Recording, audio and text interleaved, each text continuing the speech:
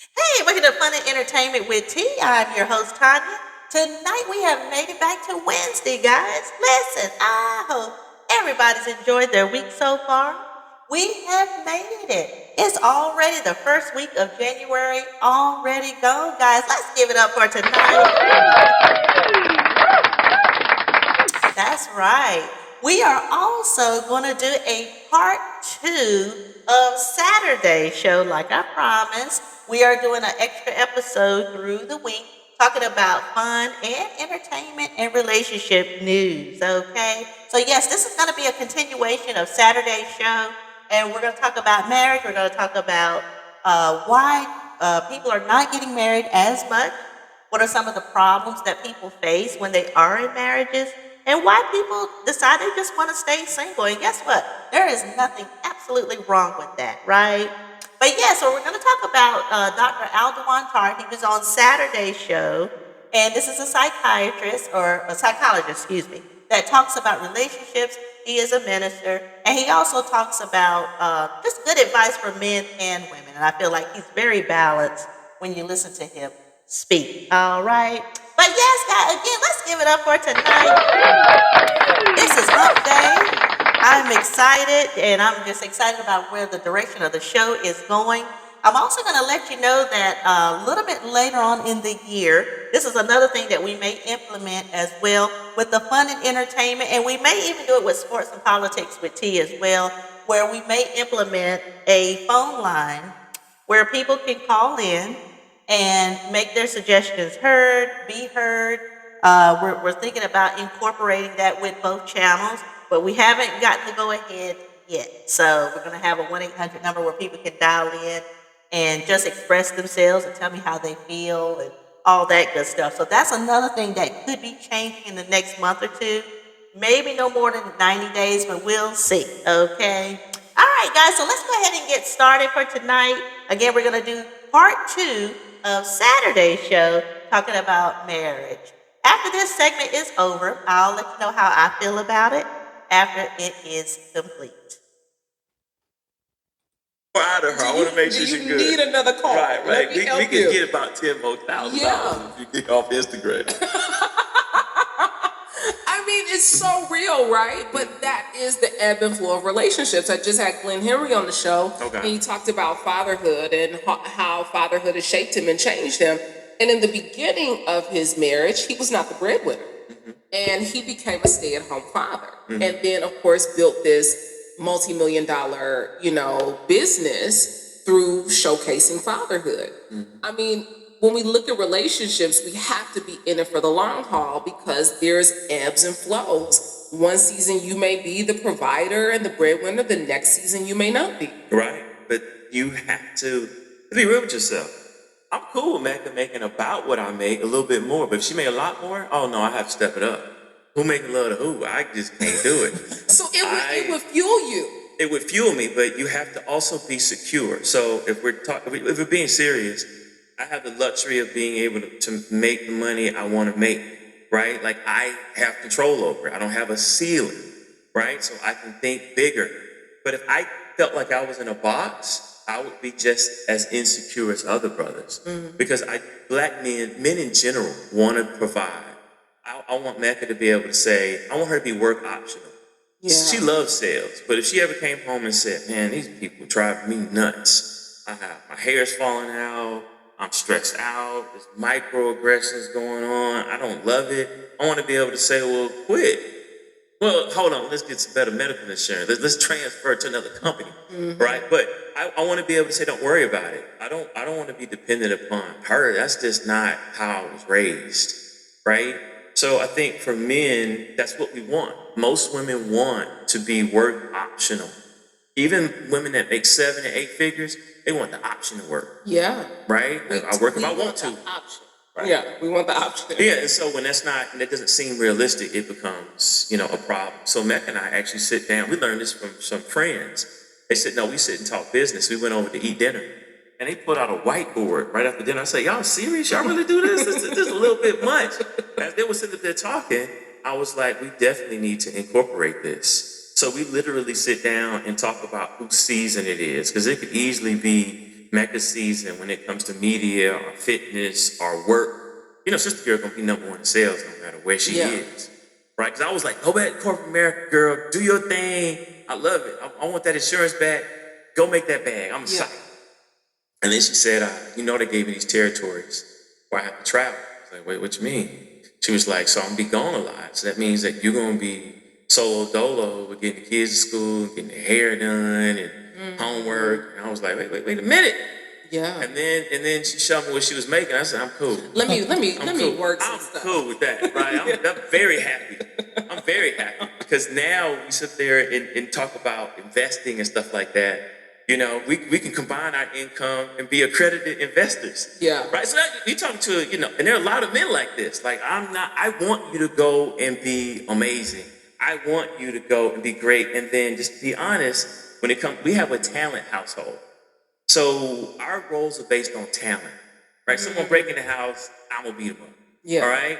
If we're talking about negotiating, who's the better negotiator? Me or my wife, who's a professional sales rep? Yeah. All right. I'm kind of a nice guy. I don't want to argue split the middle. Yeah. And she's like, split the middle? No, we're not. No. He didn't mean that. Yeah. He didn't mean that. I'll negotiate this contract. Yeah. And then when it comes to like academics, that's my bag. Yeah. My mom, my brother are both assistant superintendents. My dad's in education. I'm an academic snob, right? Like literally, Mecca went out networking last night, right? I stayed home because Trinity had gifted testing, right? So we're going over all of the answers. So that's, my kids are a chip off the old block when it comes to academics. Now, if it's training physically, I work out. We all know Mecca's the super. Yeah. She's training them for marathon. Why would I be out there? I've never run a marathon, right? That's boring. 13 miles in a row for what? There's no money on the line. I just don't get it, right? So she's training them. So we have a talent household that based on the talent, that's how we decide what to do. And there are a lot of couples who make that adjustment. You married to a whole boss at work and you'll come home and outplan someone who builds companies? That's stupid. That's so good. Right. So we just make the necessary, adjustments so that the two of us can operate in our talents and then with the different, gender roles. I mean, before we eat, we can even get to the gender roles and define who's got a better gift and a talent, right? Mm-hmm. There's so many people out here on the dating scene. For sure. What are the 3 questions before you can become a husband or a wife? Mm-hmm. You got to become a good dater, right? For sure. So what are those 3 questions you should be asking as you're dating? Top 3. I deposited $400,000 from my life insurance policy into my checking account, and Are you good in relationships? People have never asked that. Are you good in relationships? Yes, I need to know, are you good in relationships? What would your exes say about you? So if I was to sit down and talk to all of your ex-girlfriends or all of your ex-boyfriends or your ex-wife, ex-husband, what would they say you excel at? Are you someone who actually knows how to do relationships? See, we'll look at, he has a job, she's fine, she's funny, we laugh together, we have chemistry. But we won't look at alignment. I won't look at conflict resolution skills. Listen, I was dating this young lady. I mean, she had it all. We got into an argument. Man, I want to murder her. Right? She was talking to me, and I'm calm, but then I'm not. Yeah. Right? And I have very high level conflict resolution skills because of what I do. Yeah. I mean, her in the middle, she's not hearing any of that. And I was just like, I can't take this. Yeah. I broke up with her that day. I said, I don't ever want to see you again. Because of how she was communicating. So I need to know when we're in conflict, and this is what men talk about.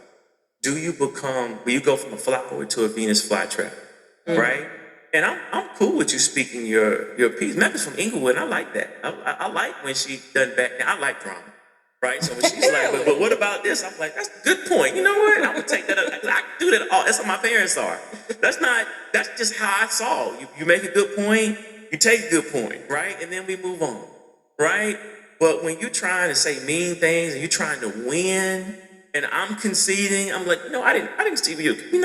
From that perspective, I could see how my body language was a little funky, right? Really, I was thinking about what to say, but I can control my body language because I am very demonstrative. But the way she argued, conflict resolution. So one, I need to know if you're good in relationships. Are you compassionate? When we sit down and talk, can you communicate how you feel? Or do you shut down? right? Second thing I want to know in a Let me stop right there. That's very important. And they kind of tied in a whole lot of stuff on this segment. This is really, really good. He asked, are you good in relationships overall? I guess if you got all your exes in a room, what would they say? Okay, that's very important. Now take it. Every ex is gonna say something different because of the way, depending on how y'all broke up. If you broke up on good terms, then your ex is probably not gonna say a lot of good things, But, or excuse me, if you broke up on bad terms, excuse me. But if you broke up on good terms, then depending on how it was done, then they're gonna tell you in a roundabout way what would happen, who did what, this and that and this and that. And then you have to see, is it a pattern with their exes? Are you the only one, or is it you see that this is a continuation from the last relationships, right? And I always tell people, take your time when it's dating. You don't want to just jump from one relationship to the next. If you still haven't fully healed, take some time out for yourself. Don't just rush or jump into another relationship just like that, just because, a man looks good or a woman looks good or they're saying all the right things and this and that. Take time to get to know that person or get to know yourself and do things for yourself so that you can heal completely. Now, he did hit it on the head as far as conflict resolution. Yes, because, in relationships, marriages especially, you're going to have arguments, you're going to have disagreements. So you're going to have to learn to find a median as far as how to resolve those conflicts. Um, everybody deals with conflict in their own way. Like he said, do you shut down, or are you vocal, or or you're a combination of both, right? I think that's very important, because then you can kind of gauge how that relationship is going to be. And it's very important to try to resolve as much as you can. So that's very, very interesting. I like the first question that he just raised. So let's go on to the second question. relationship is, are we aligned? Are we going the same place, right? I'm a minister. I'm not trying to train someone in the Bible. I need you to know your word. I need you to know how to pray. When we walk into a church, I need you to understand church etiquette and culture, right? So for me, are we aligned? Do we believe in family? Do we believe in fighting hard for a relationship? Are you a quitter? If you're a quitter, I don't want to be with you. We're going to have some tough times, but I need us to both pray. I need us both to say, all right, let's do a marriage retreat so our own marriage can work, right?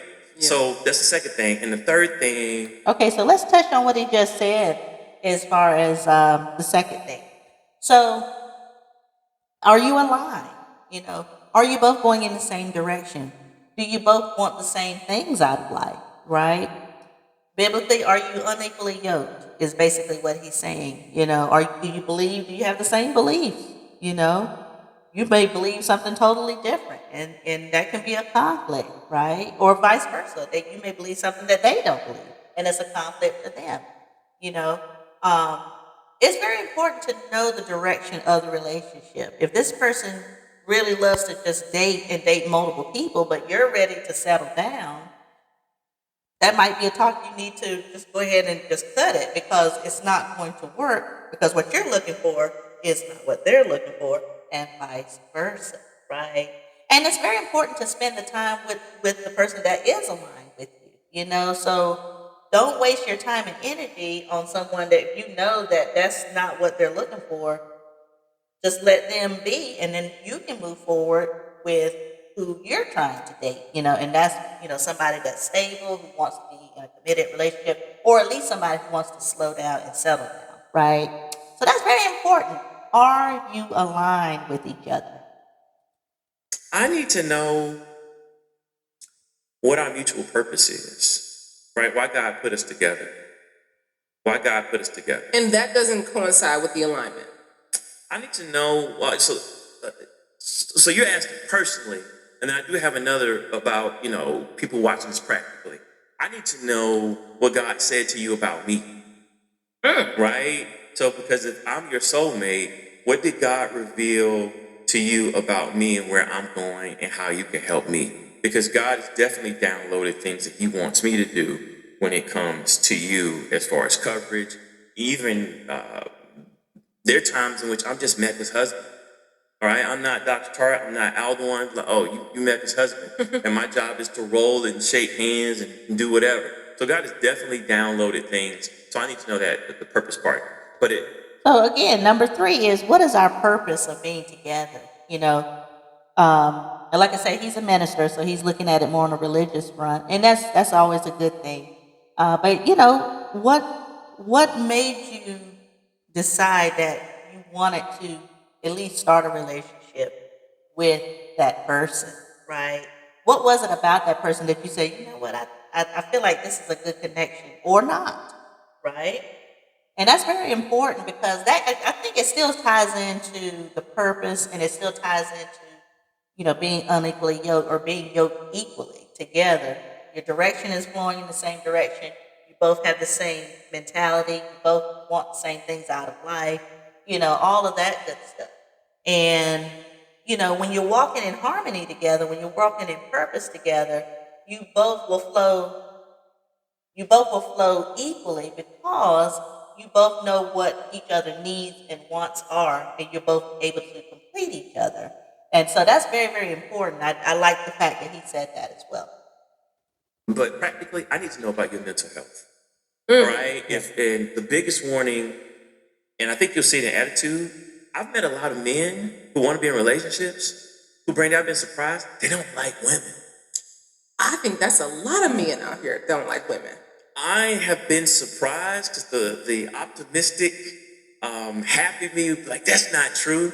But being in counseling, I've seen more men than I'm comfortable with who really have issues with women. They want they are takers. They want you to make their lives better. Yeah. Right? So one of the questions that I would ask if I was a woman, what do you want out of a wife? How are you good for a wife? Right? Successful husbands have something in common. They are givers. So when you ask them about, even before they got married, what do you want to do as a husband? I'm gonna make sure she's good. Right? If she's stressed, I'm gonna give her a massage. If she doesn't want to work because she wants to stay home with the kids, her mom is sick and she wants to focus on that, I want to provide a life where she's good.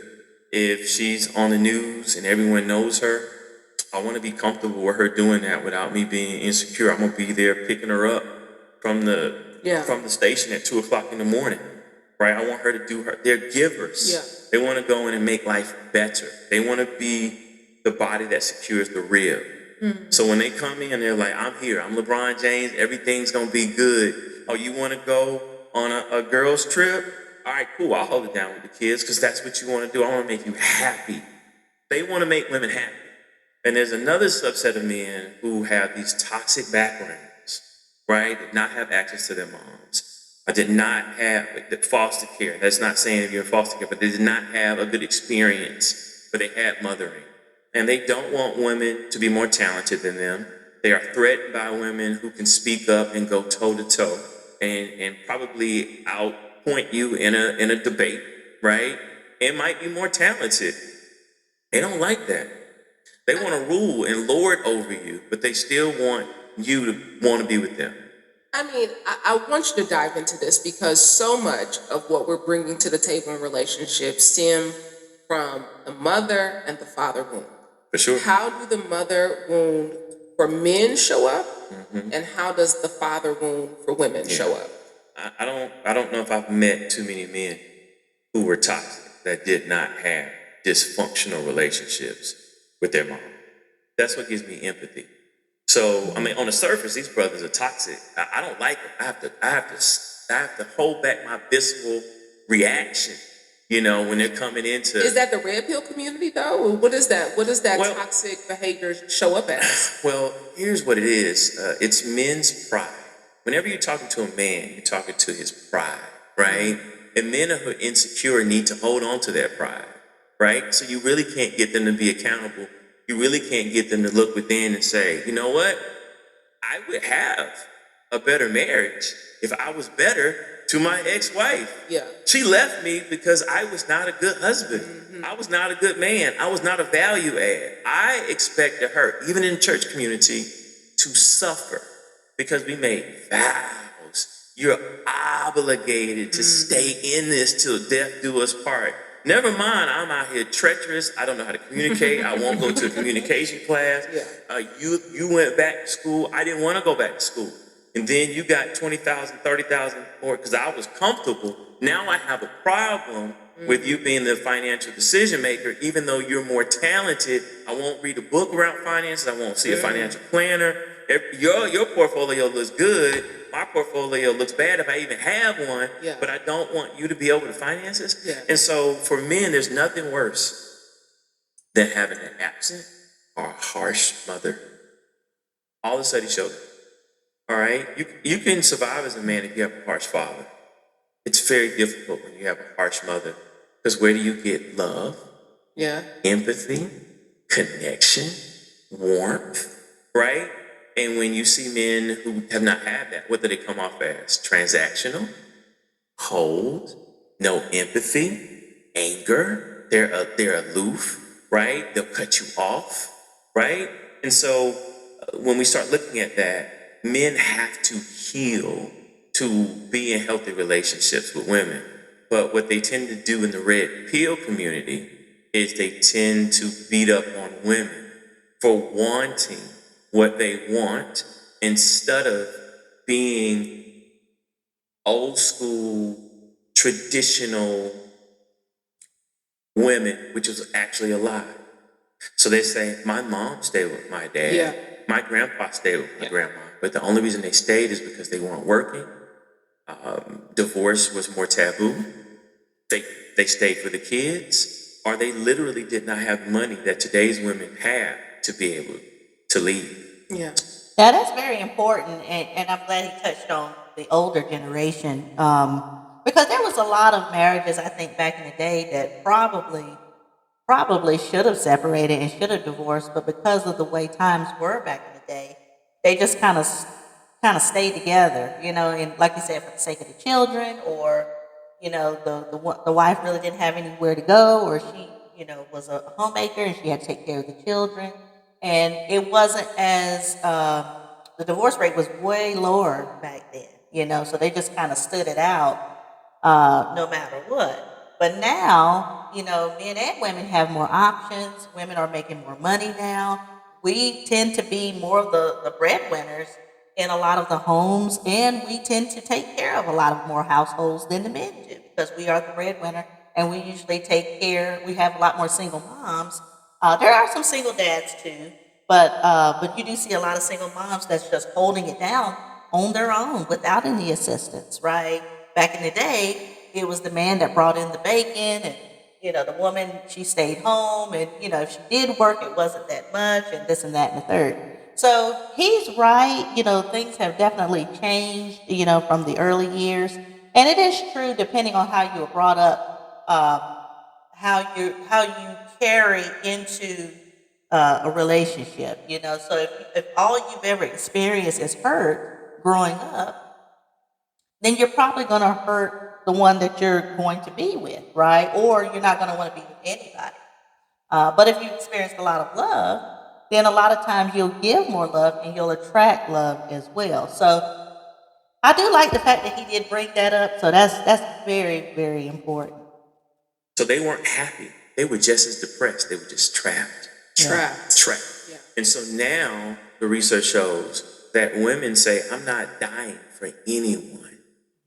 You can be better. And women typically do have the pulse of where the marriage needs to go. And men who listen have better marriages. My mecca says we need to have a date night. I might say, why? And I will say that sometimes. We just had a date night last week. And she was like, I need attention. I like for us to go out. I don't want it to always be about the kids and work, right?